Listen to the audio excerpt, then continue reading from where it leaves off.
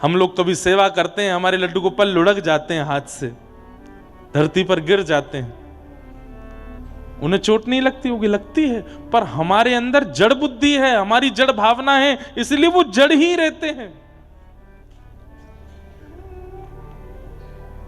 वो चैतन्य हो जाए, वो चैतन्य हो जाए, ऐसी भावना रखो।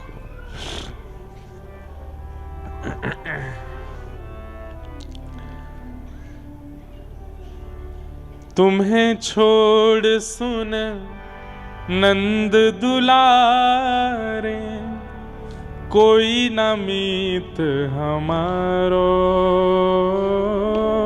तुम्हें छोड़ सुन नंद दुलारे, कोई ना भैया मीत हमारो। वैसे तो हर कथा में ये विनती होनी चाहिए, पर नैमिषारण्य में विशेष विनती करके जाओ। मैं कहूं मैं 29 वर्ष का हो गया, आप कहो आप 50 के, 60 के, 55, 70 के, या 25 के, 30 के, 35 के, जितने के भी हुए हो नाथ, बस अब इतने दिन जड़ता का अनुभव कर लिया, अब इन 7 दिनों में ऐसी हमारे हृदय की स्थिति कर दो कि लौट के जब आपकी सेवा में पुनः आवे, अब आप चैतन्यता का अनुभव कराओ।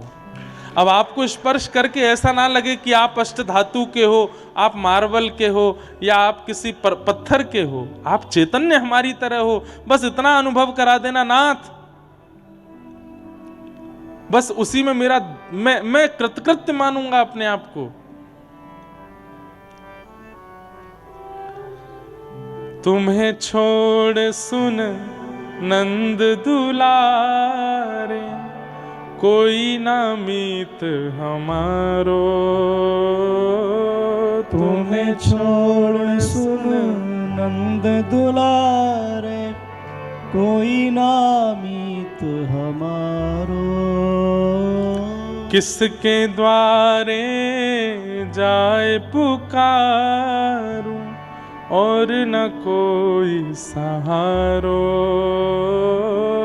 किसके द्वारे जाए पुकारूं, और ना कोई सहारो। एक बार हृदय से लगा लो, ओ मेरे प्रियतम। हाँ, एक बार हृदय से लगा लो, ओ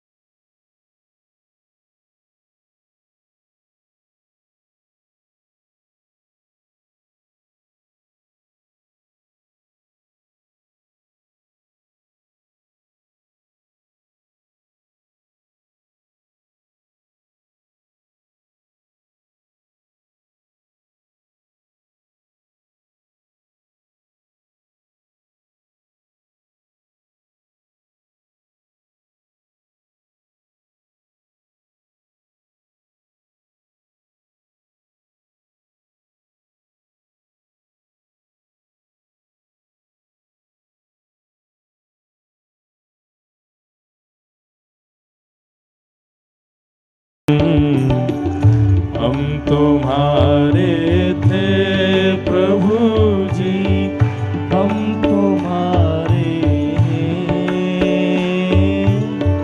हम तुम्हारे ही रहेंगे, ओ मेरे प्रियतम।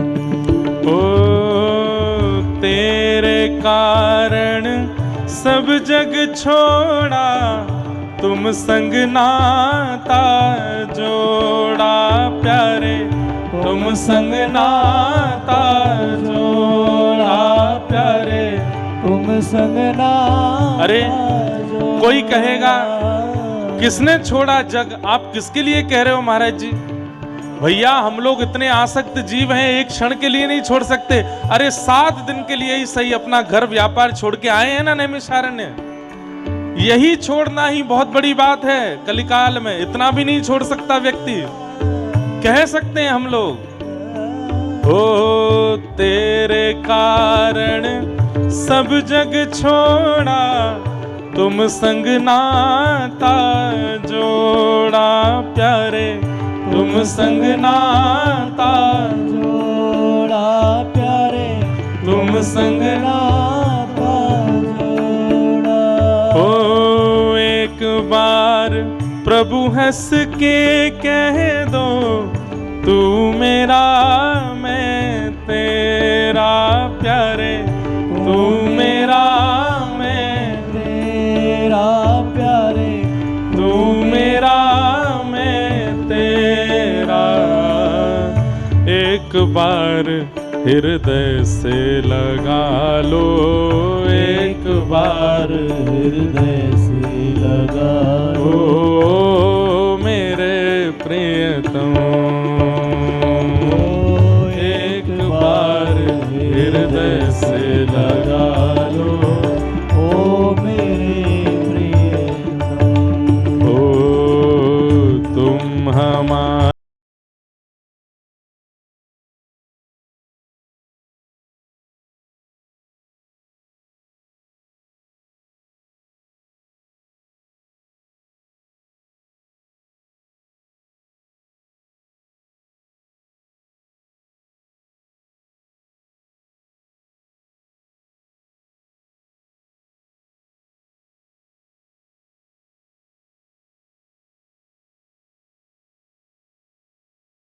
हमारे ही रहोगे, ओ मेरे। श्री राधा गिरधर लाल की। करताल बजा के गाओ।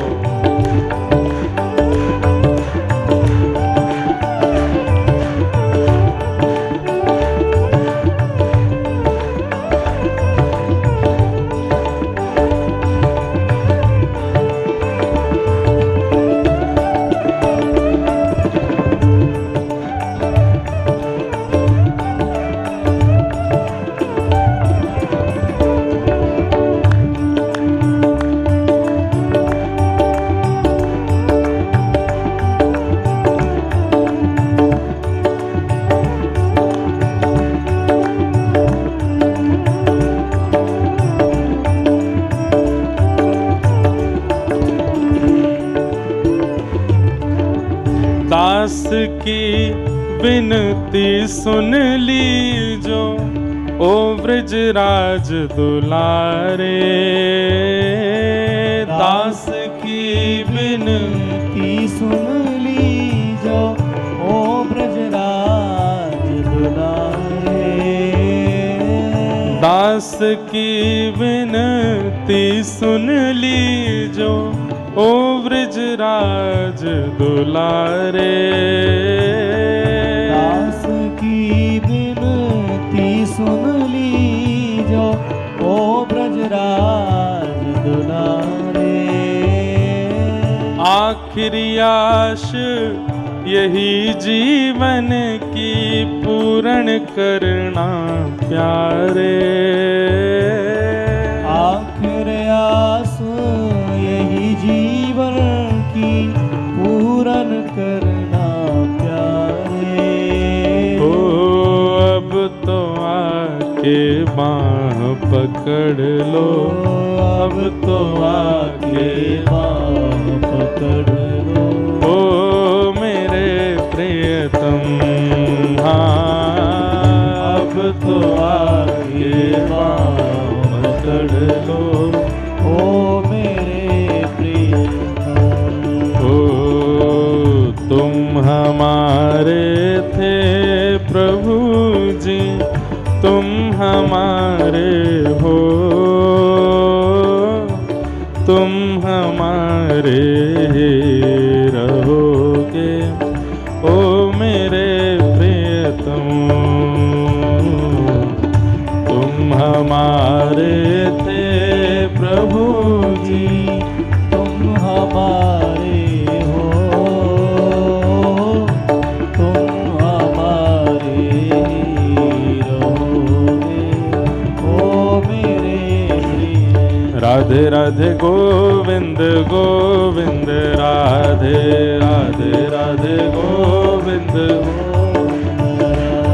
हे राधे राधे गोविंद गोविंद राधे राधे गोविंद गोविंद राधे हरि गोविंद राधे गोपाल राधे गोविंद राधे गोपाल राधे हरि गोविंद राधे गोपाल राधे गोविंद राधे गोपाल राधे हरि गोविंद राधे गोपाल राधे गोविंद राधे गोपाल राधे हरि गोविंद राधे गोपाल राधे गोविंद राधे गोपाल राधे हे भजो राधे राधे गोविंद गोविंद राधे भजो राधे राधे गोविंद गोविंद राधे देखो नैमिषारण्य में इतनी संख्या में लोग कथा में आते नहीं है, ये आ गए हैं बड़ी बात है। तो फिर इस संख्या का पता चलना चाहिए ना आसपास भी कि हाँ भाई इतने लोग प्रेम से नैमिषारण्य में कथा सुन रहे हैं। भुजा उठा के गाओ, ऊंचे स्वर में गाओ, राधे राधे गोविंद गोविंद राधे हरि राधे राधे गोविंद गोविंद राधे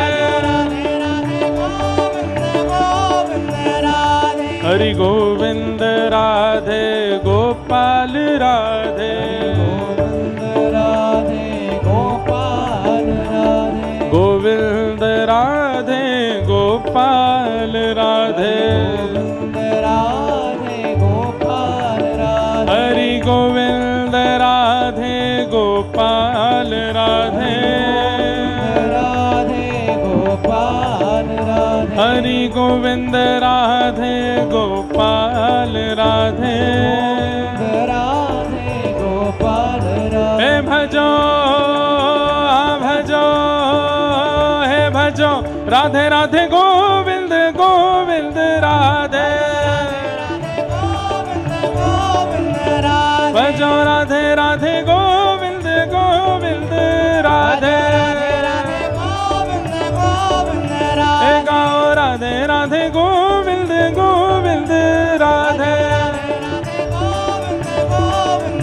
हे भजो राधे राधे गोविंद गोविंद राधे हे भजो राधे राधे गोविंद गोविंद राधे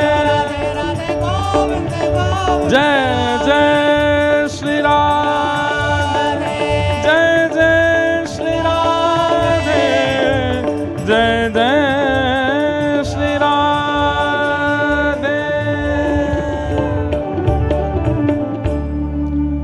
बोलो वृंदावन बिहारी लाल की। तो ठाकुर जी कौन है? चैतन्य है, परंतु हमें जड़ता का अनुभव कराते हैं। यदि वे जड़ हैं तो फिर कैसे श्री वृंदावन में है स्वामी श्री हरिदास जी के लिए बिहारी जी बन के प्रकट हो गए? यदि वे जड़ हैं तो कैसे मधु पंडित के लिए गोपीनाथ बन के आ गए? यदि वे जड़ हैं तो कैसे पुंडलीक के लिए श्री विट्ठल बन करके महाराष्ट्र में पहुंच गए? वे जड़ नहीं है, वे चैतन्य हैं। पर हमारे हृदय की चैतन्यता उनको चैतन्य बनाती है। हम जड़ हैं इसलिए ठाकुर जी भी जड़ ही रहते हैं हमारे सामने। वाह, बहुत सुंदर भाव। तो ठाकुर जी का दूसरा रूप क्या है? चैतन्य। और तीसरा रूप क्या है? आनंद। हमारे पूज्य गुरुदेव भगवान कहते हैं कि ठाकुर जी के प्रति सत्य और चैतन्य, इन दो बुद्धियों को आप प्रगाढ़ कर लो तो तीसरा भाव अपने आप ठाकुर जी आपको देने लगेंगे। क्या? आनंद। अभी आप ठाकुर जी की सेवा करते हो, उनके प्रति जड़वत बुद्धि रहती है, इसलिए आनंद नहीं आता। आप तीर्थ जाते हो, कथा सुनते हो, फिर भी आपको आनंद नहीं आता। क्यों? क्योंकि जड़ बुद्धि है। ये चैतन्य बुद्धि जब ठाकुर जी के प्रति हो जाएगी, ठाकुर जी चैतन्यता का अनुभव कराने लग जाएंगे, तो फिर आनंद की प्राप्ति होने लगेगी, आनंद का अनुभव होने लगेगा। सच्चिदानंद रूपाय विश्वोत्पत्त्यादि हेतवे, विश्व की उत्पत्ति आदि के जो हेतु हैं, इस विश्व को बनाया, इस विश्व का संचार कर रहे हैं और इस विश्व का संहार करेंगे। तापत्रय विनाशाय, 3 प्रकार के तापों का जो उपशमन करते हैं, विनाश करते हैं। श्री कृष्णाय वयम नमः। 3 प्रकार के ताप हैं, दैविक, दैहिक और भौतिक। दैविक प्रकृति के द्वारा दिया गया ताप, वर्षा से, सर्दी से, गर्मी से आदि आदि, प्रकृति से मिलने वाला ताप। और भौतिक, व्यक्ति से मिलने वाला ताप, पत्नी से दुखी हैं, बच्चों से दुखी हैं, माता पिता से दुखी हैं, पड़ोसी से दुखी हैं, मित्र से दुखी हैं, किसी से दुखी हैं, वो ताप। ये 3 ही दुख हैं हमारे जीवन में, 3 ही दुख हैं। अरे मैया तेने का ठानी मन में, लाला छोड़ दियो वन में, कहां है मैया। एक म्यान में एक ही तलवार रहे आवे तो ठीक है, लाला को नेक देर विराजमान कर लो ताकि हम कथा सुना लें। क्या कह रहा था मैं? कहां था मैं? हैं? हाँ हाँ हाँ, 3 प्रकार के ताप हैं, 3 ही कष्ट हैं जीवन में। या तो हम शरीर से दुखी हैं, या तो हम प्रकृति के किसी क्रिया से दुखी हैं, या किसी व्यक्ति से दुखी हैं। चौथा एक दुख का कारण और है, दूसरे के सुख से दुखी हैं। वो इतना प्रसन्न क्यों है, वो सुखी क्यों है? किसी के दुख का कारण केवल ये है कि कोई सुखी है, कोई हंस रहा है, कोई प्रसन्न है।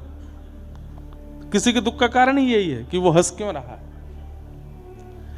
तो ठाकुर जी के शरण में रहने वाला व्यक्ति इन समस्त प्रकार के दुखों से निवृत्त रहता। निवृत्त रहता मतलब दुख तो आते हैं पर उस पर ज्यादा फर्क नहीं पड़ता, प्रसन्न रहता है, उनसे ज्यादा उसको विचलनता नहीं होती। हम कथा करते हैं हमारे जीवन में दुख नहीं है, ऐसा नहीं है, पर प्रभाव किस पर ज्यादा होता है उससे पता चलता है कि वो भगवत भक्त है कि नहीं। गोस्वामी तुलसीदास जी का इतना अपमान किया था उस समय पर जब गोस्वामी जी ने मानस की रचना की, इतना अपमान किया गया। लेकिन आज भले ही मानस जी को घर घर में पढ़ाया जाता है, उस समय किसी ने स्वीकार नहीं किया था। लेकिन गोस्वामी जी ने स्पष्ट कर दिया कि मैंने ये रचना किसी व्यक्ति विशेष को प्रसन्न करने के लिए नहीं, कि स्वांतः सुखाय तुलसी रघुनाथ गाथा। मैं चाहूं तो अनेक भाषाओं में मानस की रचना कर सकता था, लेकिन अपने आप को सुख देने के लिए मैंने अवधी भाषा का प्रयोग किया। और आज वही अवधी भाषा में सब लोग पढ़ रहे हैं, अपना कल्याण कर रहे हैं, कृतार्थ हो रहे हैं। तो संसार का काम है बंधुओं, कभी यश देंगे, कभी अपयश देंगे। तो इस संसार में दुख तो सबके जीवन में आता है, पर उस दुख को आप कितना भारी भरकम रूप से लेते हो यह आपके ऊपर निर्भर। एक मेरे को बहुत अच्छी बात याद आई, ध्यान से सुनना। ठाकुर जी वंशी धारण कैसे करते हैं? ऐसे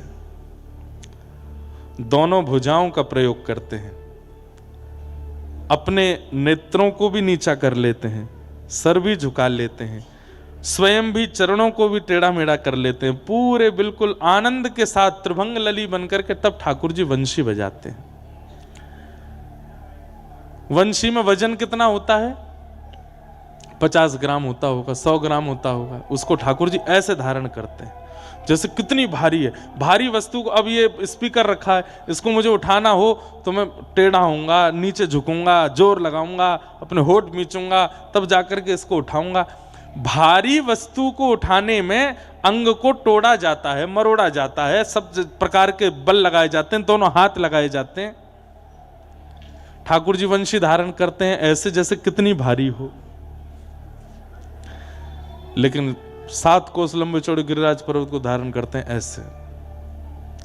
इसका मतलब क्या है?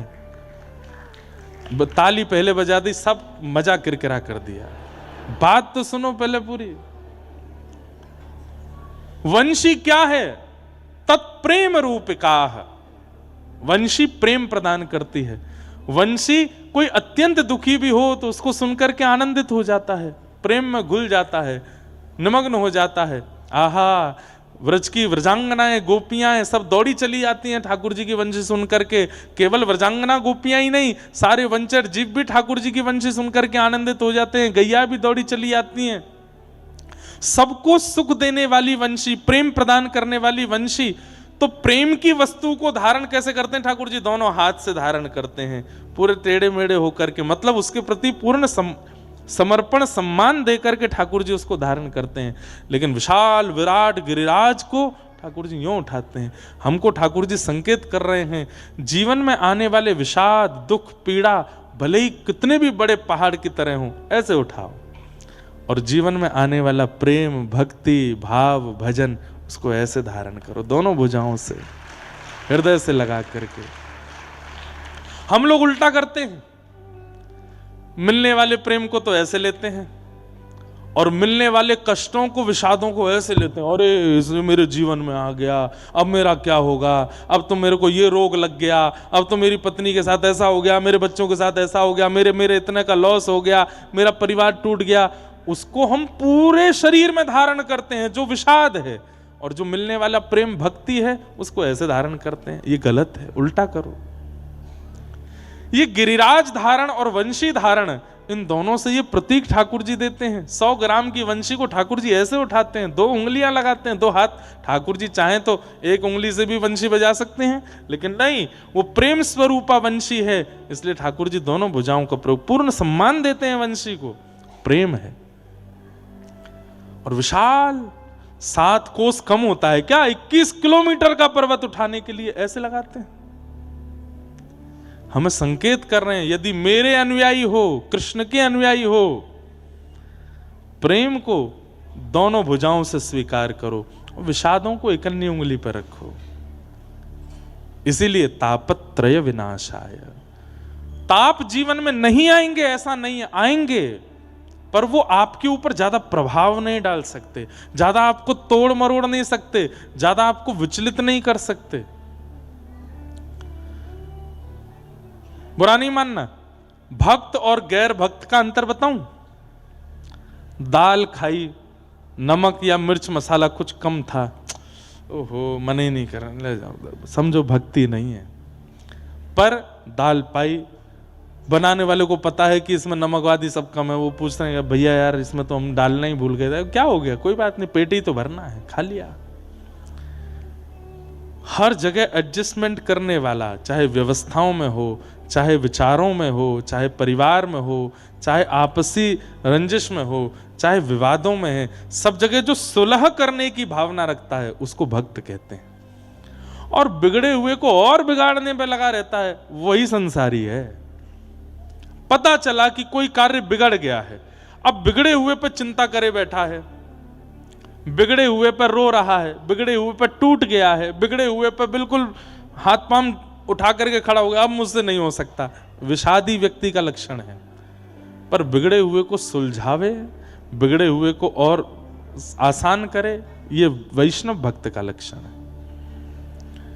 इसलिए परिस्थिति सबके जीवन में आती है बंधुओं, उससे विचलित होना ये संसारी व्यक्ति का स्वभाव है, उससे विचलित ना होना ये एक भक्त का स्वभाव है। तापत्रय विनाशाय श्री कृष्णाय वयम नमः। ऐसे श्री कृष्ण को हम बारंबार प्रणाम करते हैं। नैमिषे सूतमासीन मभिमाद्य महामतिम कथामृत रसास्वाद कुशलः सौनको ब्रवीत।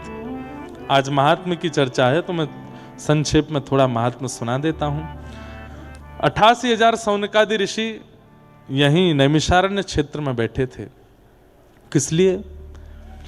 आने वाले कलयुग के मानवों के कल्याण के लिए यज्ञ कर रहे थे।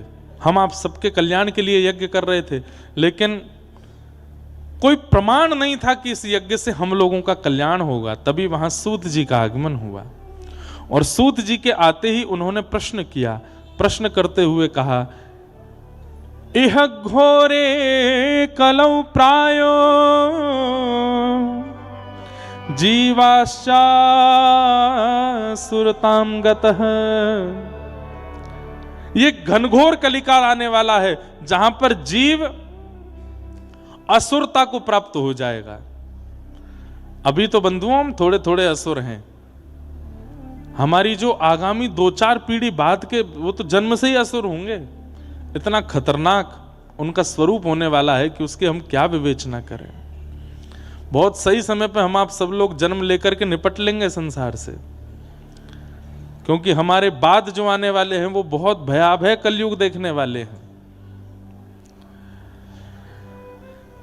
श्री सूरदास जी महाराज का एक पद है, रे मन धीरज क्यों ना धरे, रे मन धीरज क्यों ना धरे। गाइए मेरे साथ, रे मन धीरज क्यों ना धरे, रे मन धीरज क्यों ना धरे। बहुत ध्यान से सुनिएगा।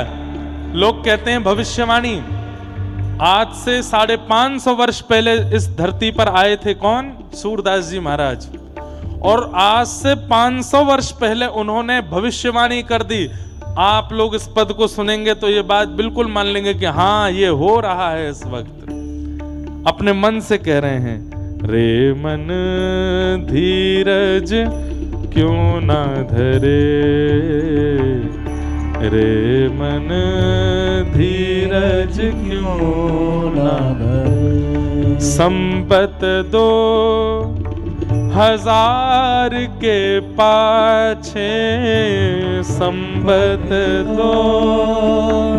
2000 के पाछे, संपत 2000 के पाछे, संपत 2000 के पाछे। ऐसो योग परे, हाँ ऐसो योग परे। सूरदास जी कह रहे हैं, चाहे वो संबत 2000 हो, चाहे वो वर्ष 2000 हो, 2000 के बाद ऐसा काल आएगा इस पृथ्वी पर। कैसा काल आएगा? हम लोग कौन से वर्ष में चल रहे हैं? 2026 चल रहा है। सूरदास जी क्या कह रहे हैं? पूरब पश्चिम उत्तर दक्षिण, पूरब पश्चिम उत्तर दक्षिण। चहुदिश काल फिरे हो, चहुदिश काल रे मन धीरज क्यों ना धरे, रे मन धीरज क्यों ना धरे। सूरदास जी कह रहे हैं 2000 वर्ष के बाद ऐसा योग आएगा, उत्तर दक्षिण पूरब पश्चिम चारों दिशाओं से काल का आक्रमण होगा। 2020 में कोरोना महामारी आई थी। केवल कोरोना महामारी में हजारों लोग मारे गए, करोड़ों लोग मर गए दुनिया में नहीं, प्रत्येक दिन कुछ ना कुछ हो रहा है। कभी भारत पाकिस्तान में युद्ध हो जाता है, रूस और वो दूसरे देश यूक्रेन में युद्ध चल रहा है, कितने लोग बाहर मर रहे हैं, किसको क्या पता है। केवल भारत की बात थोड़ी है, पूरे विश्व में काल। और बोले 2000 के वर्ष के बाद क्या होगा? मतलब 2000 वर्ष से पूर्व ये सब नहीं होता था जो अब हो रहा है। उसमें पहला बात जो बता रहे हैं, अकाल मृत्यु जग माही व्यापे, अकाल मृत्यु जग माही व्यापे, प्रजा बहुत मरे, प्रजा बहुत। आजकल अकाल मृत्यु बहुत ज्यादा होती है, बहुत जल्दी लोग चले जाते हैं। मेरी उम्र के बच्चे को हार्ट अटैक हो रहा है, मैं तो फिर भी 28-29 वर्ष का हूं। 20 साल, 19 साल, 15 साल, 8 साल के बच्चे को हार्ट अटैक आ रहा है। आप विश्वास नहीं मानेंगे, 4 दिन के बच्चे को भी हार्ट अटैक आया है। जन्म लेती 4 दिन बाद अटैक पड़ गया, बच्चा मर गया। मृत्यु का कारण पता चला कि अटैक पड़ा है। अरे अटैक दूर की बात, जो सार्वव्यापी 3 साल 4 साल के बच्चों को चश्मा लग जाता है, आंखों से दिखाई नहीं दे रहा। यहाँ पे हम लोग सोच रहे हैं कि 60-70 साल के बाद में आंखों की कमजोरी आती है। 2 साल के बच्चे चश्मा पहन के घूम रहे हैं, ये कलयुग का प्रभाव नहीं है तो क्या है? 1.5 साल का बच्चा बिना फोन देखे भोजन नहीं कर रहा है। मैं तोता हरे रंग का मैं तोता दिखाओ, तब तो वो नाश्ता करता है। ये कलिकाल नहीं है तो क्या है? ये सब नहीं हो सकता था लेकिन हो रहा है। अकाल मृत्यु का मतलब केवल प्राण निकलना नहीं होता, अकाल मृत्यु का मतलब इंद्रियों का असमय में शिथिल हो जाना। कानों से सुनाई नहीं दे रहा, आंखों से दिखाई नहीं दे रहा। 8 वर्ष के बालक इंसुलिन लेता है, डायबिटीज है उसको।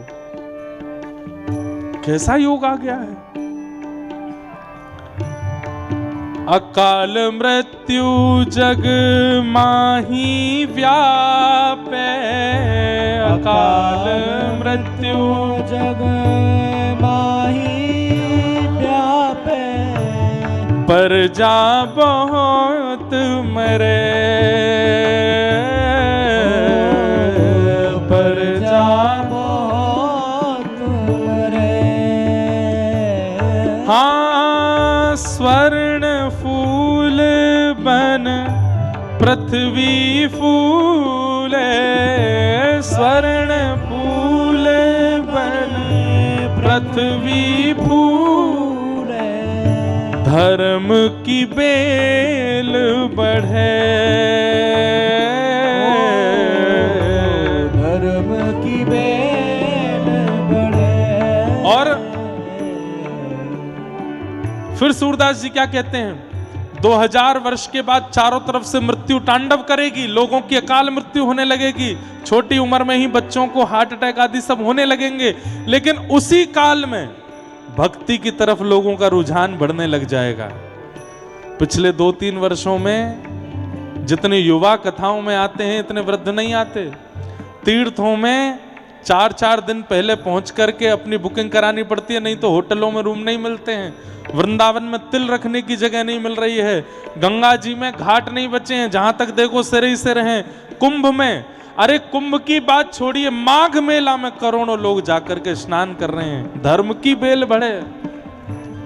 अच्छा, ये धर्म की बेल किस लिए बढ़ रही है? ये भी सूरदास जी कह रहे हैं, बोले डर के मारे। लोगों को पता चल गया है भैया कितना कमा लो। करोड़ों कमाए थे पर कोरोना में डॉक्टर से कह दिए भैया तेरे को 20 लाख रुपए देंगे, पत्नी को बचा ले। नहीं बचा पा रहा। तब व्यक्ति को समझ आ गया कि मैं कितना भी धनवान हूं, कितना भी वैभववान हूं, कितना भी संपत्तिवान हूं, मेरी कितनी भी पहचान है, बड़े बड़े डॉक्टर मेरे मित्र हैं, फिर भी मृत्यु विधिना के हाथ में है, विधाता के हाथ में है। वो मार सकता है जब चाहे। इसलिए डर के मारे लोग भक्ति कर रहे हैं, डर के मारे लोग भजन कर रहे हैं, डर के मारे लोग कथाओं में जा रहे हैं, तीर्थों में जा रहे हैं। लेकिन सूरदास जी कहते हैं ये सब भी बहुत दिन तक नहीं चलेगा। डर के कारण एक समय ऐसा आएगा कि 100 वर्ष के लिए ऐसा लगेगा जैसे सतयुग आ गया हो। 60 वर्ष लगी सतयुग व्यापे, 60 वर्ष लगी सतयुग व्यापे, सुख की दया फिरे सुख की दया। ये 2020 में अभी भक्ति काल फिर से आ गया है, पर ये बहुत समय दिन तक नहीं जाने वाला है। कुछ समय के लिए भक्ति अपना उतार बिल्कुल ऊपर जाएगी हाइट पर। गोस्वामी सूरदास जी कह रहे हैं ये बीच में भक्ति बढ़ेगी, लेकिन अब बढ़ने के बाद जिस दिन गिरेगी फिर कभी नहीं उठेगी। अभी बढ़ रही है, इसी बढ़ते हुए काल में ही निपट लीजिए इस संसार से, पता नहीं कितने दिन की है। और ऐसा भजन करके जाइए कि फिर दोबारा आना नहीं पड़े। कहीं गिरी हुई भक्ति काल में दोबारा जन्म हुआ तो बहुत बुरा देखना पड़ेगा समय। आहा, सूरदास यह हरि की लीला। सूरदास यह हरि की अरे नहीं, एक पंक्ति भूल गया मैं, एक पंक्ति और है। सूरदास जी कह रहे हैं चारों दिशा से तांडव न करेगी मृत्यु, भक्ति की बेल बढ़ेगी, लेकिन 100 वर्ष बाद ये भक्ति फिर से गिरेगी और उसके बाद घनघोर कलयुग आना प्रारंभ होगा। और उस घनघोर कलयुग में कौन बचेगा? तब सूरदास जी कहते हैं काल जाल सो वही बचेगो, काल जाल सो वही बचे। कौन? जो गुरु ध्यान धरे, जो गुरु ध्यान करे। हो सूरदास यह हरि की लीला। सूरदास यह हरि की लीला। तारे नाही टरे, तारे नाहि टरे। रे मन धीरज क्यों न धरे, रे मन धीरज क्यों न धरे। रे मन धीरज क्यों न धरे, रे मन धीरज क्यों न धरे। तो सौनकादि ऋषियों को पता था कि इतना खतरनाक समय हम लोग देखने वाले हैं, इसलिए हम लोगों का कल्याण हो उसके लिए वो लोग यहाँ आए थे यज्ञ करने के लिए। लेकिन यज्ञ करके उनको लगा कि पता नहीं इससे कल्याण होगा कि नहीं। तब सूत जी से उन्होंने पूछा कि भैया इस कलिकाल में लोग असुरता को प्राप्त होते जाएंगे, उनको पुनः मानव बने रहें, अपना कल्याण करें, इसके लिए कोई उपाय है? तब सूत जी महाराज ने इसी भूमि पर बैठ करके कहा क्या? प्रीति सोनक चित्ते ते यतो विच्मे विचार्य च सर्व सिद्धांत निष्पन्नम संसार भयनाशनम काल व्याल मुखग्रास त्रास निर्णास हेतवे श्रीमद् भागवतम शास्त्रम कलौ कीरेण भाषितम। इस कलिकाल रूपी व्याल के मुंह में, व्याल कहते हैं सर्प को, हम आप सब लोग ग्रास बन करके बैठे हैं। हमारी मृत्यु कभी भी हो सकती है, परंतु मृत्यु आवे उससे पहले पहले यदि श्रीमद् भागवत का आश्रय ले लिया जाए तो इस कलिकाल में कल्याण संभव है। ये बात सूत जी ने इसी नैमिषारण्य भूमि पर बैठ के कहा। श्रीमद् भागवत कल्याण कर सकती है, पर इसका मतलब यह नहीं है कि कथा में बैठ करके हुआ है बस हो गया कल्याण ना। तत्श्रुण्वन प्रपठन विचारण परो भक्त्या विमुच्चे नर। सुनो, पढ़ो, विचार करो और इंप्लीमेंट करो। भैया मैं तो अभी कथा करके जाऊंगा, 2 रोटी खाऊंगा, फिर मैं कहीं वन में जाना चाहूं, कहीं ढूंढे नहीं मिलूंगा, एकांत में बैठ कर के मुझे तो अभी से ऐसा लग रहा है कोई वन बुला रहा है यहाँ पे, एकांत बुला रहा है यहाँ पे। आप भी ऐसे ही करो, बस हाँ ध्यान रखियो कहीं सियार और क्या कहते हैं तुम्हारे लेपर्ड भी हैं यहाँ पे, आसपास जंगल भी है, कहीं भोजन मत बन जाइयो कोई और को। भजन बनो ठाकुर जी के, भोजन मत बनना किसी और का, इतना ध्यान रखना। नहीं तो जाइए, अश्वमेध घाट है यहाँ पर, सुंदर पावन। मैं अपनी स्मृति बताऊं, एक बार पूज्य पिताजी की कथा हुई थी। नैमिषारण्य की बड़ी खतरनाक स्मृति है मेरी। तो पूज्य पिताजी महाराज की कथा हुई थी।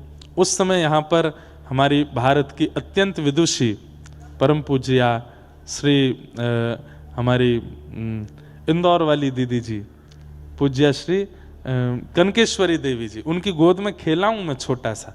पूज्य पिताजी की इंदौर में कथा हुई थी, तो वहाँ पे तब मैं 4-5 महीने का था, तो मुझे कथा में कृष्ण बनाया नंदोत्सव वाले दिन।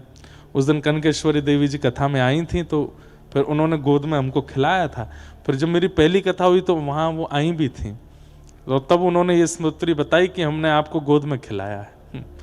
तो पिताजी की यहाँ कथा चल रही थी नैमिषारण्य में, उस समय यहीं इसी व्यास मंच पर कनकेश्वरी देवी जी की कथा थी, तो मैं यहाँ दर्शन करने आया था। तब मैं कथा नहीं करता था, पूज्य महाराज जी भी मिले थे, हनुमान जी का दर्शन करके मैं यहाँ पर भी कथा श्रवण करने आया था, यहीं बैठ कर के कथा सुन रहा था।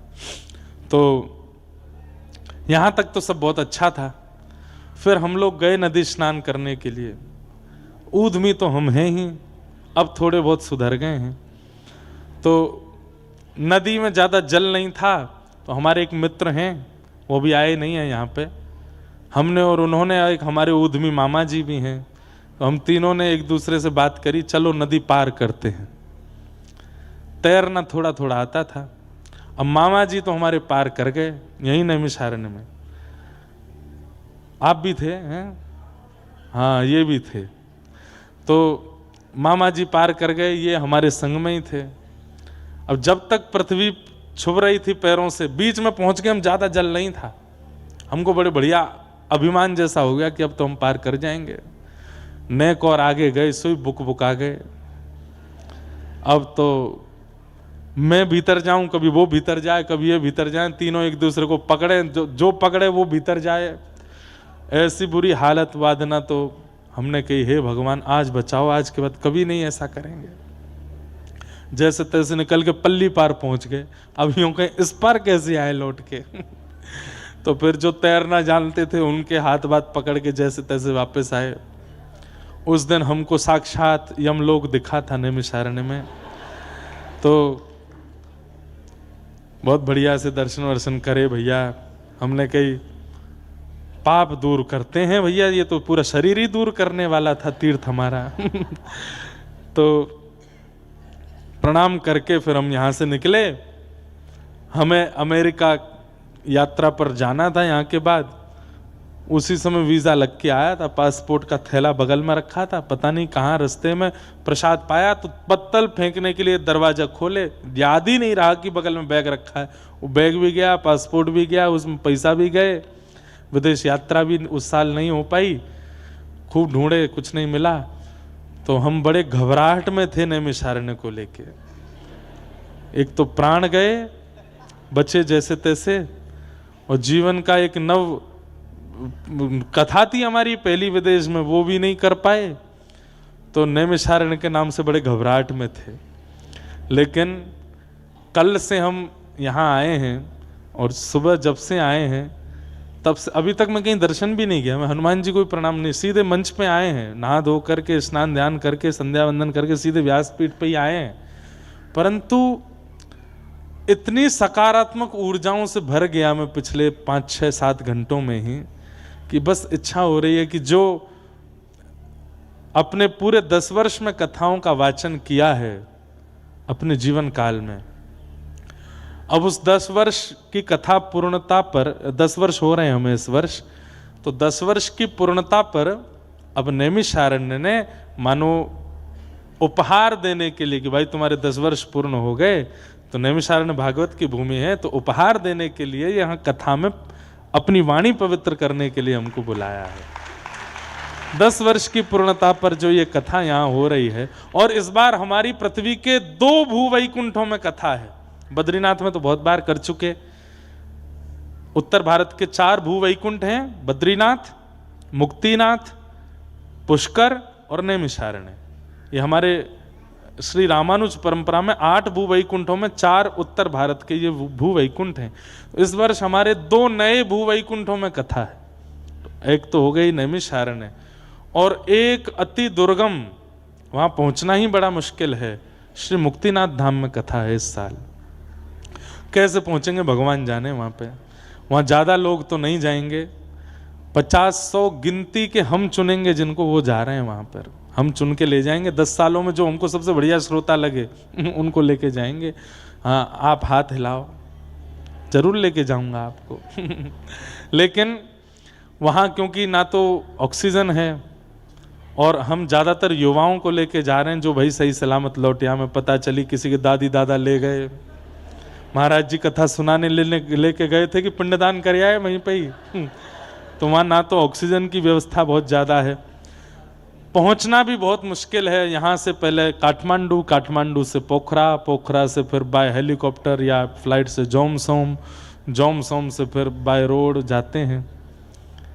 पर हमें पता है हमारे संग रहने वाले कई संगीतकार और ये अभी से ही ना बोलेंगे, लेकिन इनको जबरदस्ती लेके जाऊंगा मैं। हम तो डूबेंगे सनम, तुमको भी ले डूबेंगे, अकेले थोड़ी जाएंगे।